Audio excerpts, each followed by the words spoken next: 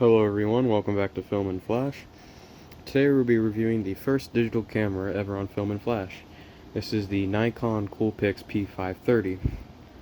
I believe this camera came out around 2015, 2017, because when I got it the pictures were from 2017, and I believe they were the original buyers. I paid $1 for this camera because the lady who sold it to me didn't know if it worked or not because it didn't have the charger. It did have the original battery in it, which I have here, and I have 2 extra batteries as well, which I bought just in case this didn't work. I charged this up, it works, so we're going to go ahead and start it from the very beginning, how to use this camera, some information about it, and something to help you form some good pictures, as well as some example photos I just took yesterday. Okay, to start, you will flip the camera up on its back, and you will push this little black thing back, which will then pop this up. As you can see, there's this little yellow thing here. The battery will go in with these little plus, minus, and then that T symbol facing down. You may have to rotate it around, and then you push it into that little yellow thing, snaps back over. And to take it out, you would just slide the yellow thing back, and it comes out. This right here is your SD card, and this is a SanDisk 8GB. I believe this is probably the factory. And then, you just press that in, and then it pops out. Put it back in, you press it until it clicks. Then you just close that and slide that pin back, and you're ready to go. This is your tripod mount right here. And I don't believe it has a landscape tripod mount. So you are stuck to landscape shooting if you are going to use a tripod. Unless you have a tripod that will rotate this way. Turn the camera on. You will press this little silver button right here for about a second until it turns green and it pops on. And as you can see, the LCD screen has now turned on, and it will display your battery percentage in the lower left. It will also display on. How do I get to go back? Now, as you can see, the LCD screen turned off. That's because I pressed this button right here, which changes to the viewfinder, which basically displays the same thing the LCD screen does. This right here is your shutter speed, your aperture, and I guess this is how much more recording time you have left on it.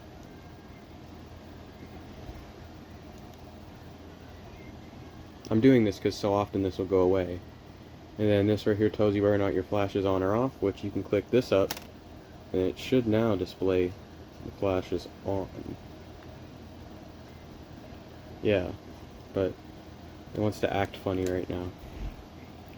I don't like how it does that. It's a little inconvenient. Oh, see, if you look in the corner now, it doesn't have the flash off symbol there. But see, it turns back on. Right now it's in automatic mode, which is this little green camera right here. And that also has autofocus enabled. Like so. And then this right here is your storage, how many photos you have left on the device. As you can see, let me just snap a picture real quick. To take a photo, you press the shutter button all the way down. Now I'm going to delete that, which you'll press by clicking the trash can on the lower right.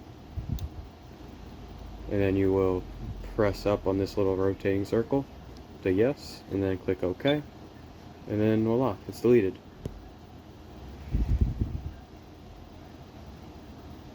And up here it tells you, well, let's go back to that. Up here it tells you what, whatever that means, what you're recording in, whether it's 1080p, 30p, or 60p, or etc. And then to record, you'll actually just click this red button up here to start recording. Then when you're done, you'll just click it off. This little knob right here is for changing your shutter speed, which I think we should switch to manual mode to show you that better, which would be switching all the way to M. Now we're in manual mode, and I will now show you these things. See right here? As I'm rotating this, this is changing the shutter speed. It can go all the way up to 1/4000th of a second, but it is locked depending on your aperture. But regardless, you can go all the way down to, I believe you can go all the way down to, whoa, that is like You can go all the way down to 15 seconds for the shutter. I'm sure it has a bulb mode as well, which you can probably go even longer on, but I haven't found that yet. And then to change your aperture, you will rotate this little knob right here, left or right, and it can go all the way to, looks like f8.4 is the max you can get out of this, but it will lock depending on your shutter speed. It's kind of like even though you're in manual mode, it's helping you to make sure you don't use an aperture that's too high or too low for your shutter speed, because they do depend on each other. Then there's also the option to change your ISO.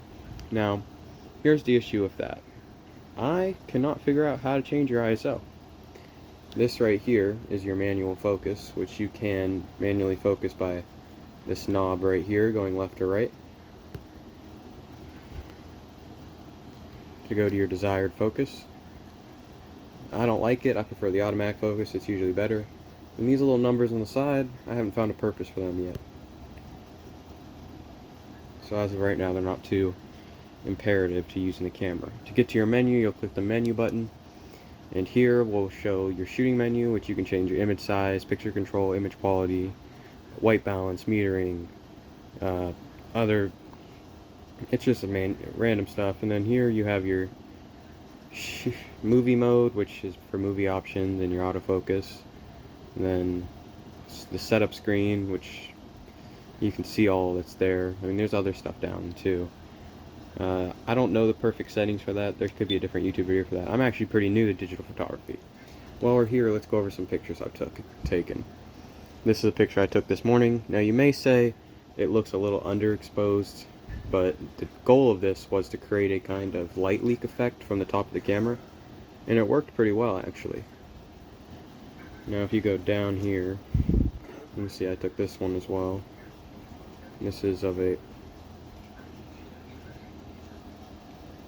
flower. You see I took. And if you go down more, you can see this is this one as well. And this is of a tomato plant. Here's an example of the autofocus. You can see. Now you see the background's blurred. And then the subject looks brighter than the background, which I did by adjusting the exposure compensation down. You see this is a picture of a bunny rabbit. That's a groundhog. And this is the sky. Okay. And back to the camera. Let's go, and this right here is kind of like a little exposure meter. It tells you whether or not you're overexposed or underexposed. That's what that thing was on the side. Now let's go back to automatic mode. And this, as you rotate, it'll tell you what it is on the side. Then to go to your exposure compensation, you will click on the little plus or minus with the white line. You can go all the way down to negative 2.0 or plus 2.0 depending on what your exposure compensation will be. Right. And then to zoom in, you will rotate this over to T, this little knob, push to T. Then to go back, you'll rotate the W. And as you can see, you can zoom in a very significant amount. I mean, I'm talking really far. Then this little knob right up here is to be used when you are using the viewfinder to help focus the viewfinder. And I believe we went over all the manual controls. Let's go over the modes this camera has. Various modes. So one I'm in automatic right now is automatic. Now let's adjust it to the next one, which is programmed auto, which you can program a automatic mode different from the normal one. Now you have shutter priority auto, aperture priority auto, manual, user settings, which will just take you to settings, high contrast monochrome, landscape, night portrait, night landscape, scene auto selector, and then back to auto mode, which I was in originally before starting. Up here on the upper right tells you what picture quality you're in and the size of the photo, 16 megapixels, and then normal is what I have it in currently. And that little hand that you saw was actually the supposed to reduce the vibration that the camera produces. I don't know why some people have a preference to not want their camera to vibrate. Then the Nikon Coolpix also did come with a factory sling, which does say Coolpix on it. Overall, it is a pretty decent beginner camera. It can teach you all of the important aspects to digital photography, like your ISO, exposure compensation, shutter speed, etc. Now, as you can see, this battery was fully charged when I put it in here, but now it's got about 25% left. It's an old battery. I mean, I'm not sure why it's drained so much. I'm going to put it back on and try and charge it more and see what I can figure out as far as that goes. But, it's not a bad camera overall. Showed you some pictures I took of it. And then, here, let me show you the exposure compensation. So, you see that cat right there? She's going to be perfect for this photo right here. Now, to use the autofocus, you're actually going to press down the shutter button halfway, but not all the way. And you hear it makes that clicking sound, you see that little green box? It's trying to autofocus to that object. You see, when it shows red, it's because it can't focus. Let's see if we can get the focus to that. As you can see, it's trying to autofocus right now. It's not extremely precise, so to say. And then here you have a macro autofocus mode, which you can actually... Oh wait, I just completely got out of the camera. Why did I do that? I forgot you guys were still there. Okay, there's a macro autofocus mode, which is where you will click down on this little thing right here and see it's an autofocus, macro close-up, and then infinity, which is basically not meant to focus on anything in particular. And then macro mode, you can then go up to 1 centimeter close to your object to take a photo. Here, let's see how it does against the little lens cap for focusing. As you can see, everything's out of focus right now. Half depress the shutter button, and it should autofocus.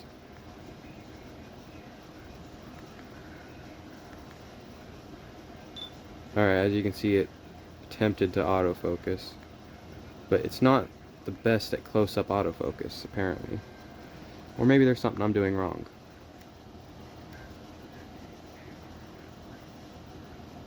I think I might have been zoomed in too far. Yep, now it'll autofocus better. So let's see how quick. The autofocus is usually pretty fast. As you can see, it's autofocus to that Nikon lens cap right there. And now the object's in focus. Now let's get everything out of focus. Alright, hold on. Well, see, now it's actually fixated on the object you've autofocused to, and will work to ensure that even though you're shaking the camera, it'll still keep your subject focused. Then it also will, in automatic mode, it will automatically automatically adjust your aperture and shutter speed automatically to what it feels is the most suitable for your specific scene you're taking. It says ISO in the corner. Not 100% certain how to change your ISO. I mean, I can't. Let me look in settings and actually see while we're here if there even is an option for that.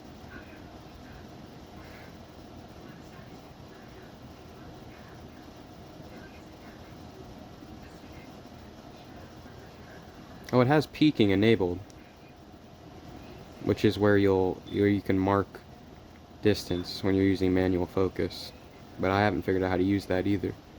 I mean, I just got this camera going yesterday, but so far I want to tell you guys what I know and give you a decent beginner tutorial on how to use it. For the most part, automatic mode's going to be what you probably use most of the time. Shutter priority and aperture priority modes are I can't quite understand the purpose of them. I tried to use them. To me, they just seemed like they were more harmful than they were helpful. See, now when it shows that little red dot, it's because it's not autofocusing. That's the problem. You might like manual focus a little bit more, so why don't we go ahead and switch it over to manual mode. There's a little delay when you switch it before it comes up. As you can see, we're in manual mode now.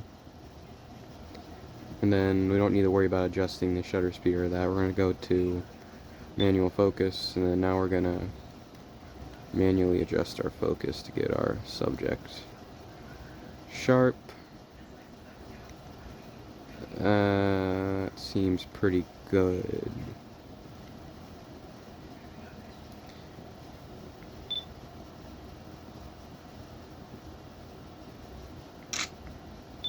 And there you go, we've taken a picture of the Nikon lens cap, and it's way too underexposed. Which that tells us that our exposure needs to be compensated more, either that or maybe the shutter speed was too fast. Shutter speed doesn't seem too fast, it's actually pretty slow, and the aperture's essentially wide open, so that would, yeah, it definitely needs to have the exposure adjusted more. Question is how exactly do you go about that? Because it's not letting me compensate for the exposure. I don't even know what this is right now, why it's doing that. Wasn't my idea. I don't know, this is a pretty long video just because there's a lot to go over. And then there are a bunch of various effects that you can use. And you can actually add effects to photos post-shoot by clicking on OK, and it actually will tell you all the information about it.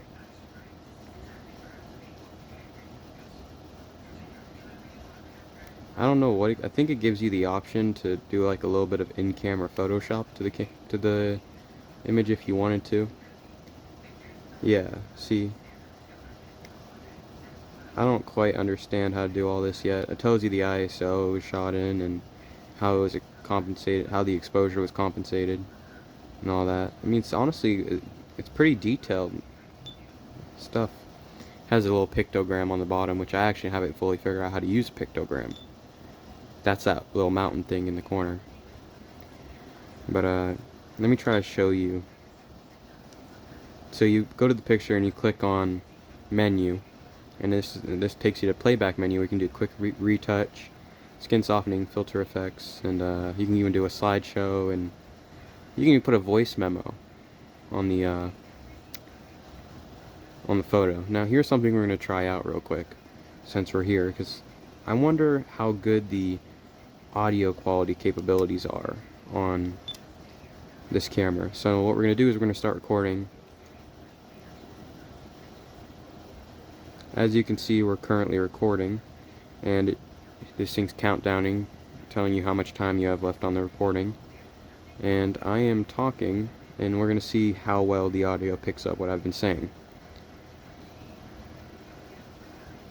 Okay, now let's go ahead and go back, and we're going to give it a listen. As you can see, we're currently recording, and this thing's countdowning, telling you how much time you have left on the recording. And I am talking, and we're going to see how well the audio picks up what I've been saying.